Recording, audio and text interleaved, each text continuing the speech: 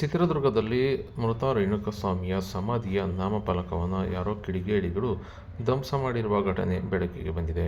ಬುಧವಾರ ಮಧ್ಯಾಹ್ನ 1 ಗಂಟೆಗೆ ಘಟನೆ ಬೆಳಕಿಗೆ ಬಂದಿದ್ದು, ಸಂಪೂರ್ಣ ಸಮಾಧಿಯನ್ನು ಧ್ವಂಸ ಮಾಡಲಾಗಿದೆ. ಇನ್ನು ನಟ ದರ್ಶನ್ ಅವರ ಸ್ನೇಹಿತೆ ಪವಿತ್ರ ಗೌಡ ಅವರಿಗೆ ಚಿತ್ರದುರ್ಗದ ರೇಣುಕಸ್ವಾಮಿ ಅಶ್ಲೀಲ ಸಂದೇಶ ಕಳುಹಿಸಿದ್ದ ಕಾರಣ 2024ರಲ್ಲಿ ಜೂನ್ ತಿಂಗಳಿನಲ್ಲಿ ರೇಣುಕಸ್ವಾಮಿ ಹತ್ಯೆ ನಡೆದಿತ್ತು. ಇನ್ನು ನಟ ದರ್ಶನ್ ಕೊಲೆ ಮಾಡಿಸಿದ್ದಾಗಿ ಆರೋಪ ಕೇಳಿಬಂದಿತ್ತು.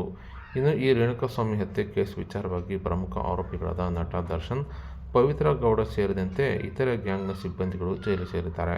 ಇದರ ನಡುವೆ ಚಿತ್ರದುರ್ಗದಲ್ಲಿರುವ ರೇಣುಕಸ್ವಾಮಿ ಸಮಾಧಿಯ ನಾಮಫಲಕ ಧ್ವಂಸಗೊಳಿಸಿರುವ ಘಟನೆ ನಡೆದಿದೆ. ಇನ್ನು ರುದ್ರಭೂಮಿ ಬಳಿ ಲೇಔಟ್ ನಿರ್ಮಾಣ ಮಾಡುವ ವೇಳೆ ಸಮಾಧಿಗೆ ಧಕ್ಕೆ ಮಾಡಿರುವ ಶಂಕೆ ಕೂಡ ವ್ಯಕ್ತವಾಗಿದೆ. ಇನ್ನು ಈ ಬಗ್ಗೆ ರೇಣುಕಸ್ವಾಮಿ ಕುಟುಂಬಸ್ಥರು ಹೆಚ್ಚಿನ ಸ್ಪಷ್ಟನೆ ಕೊಡಬೇಕಿದೆ.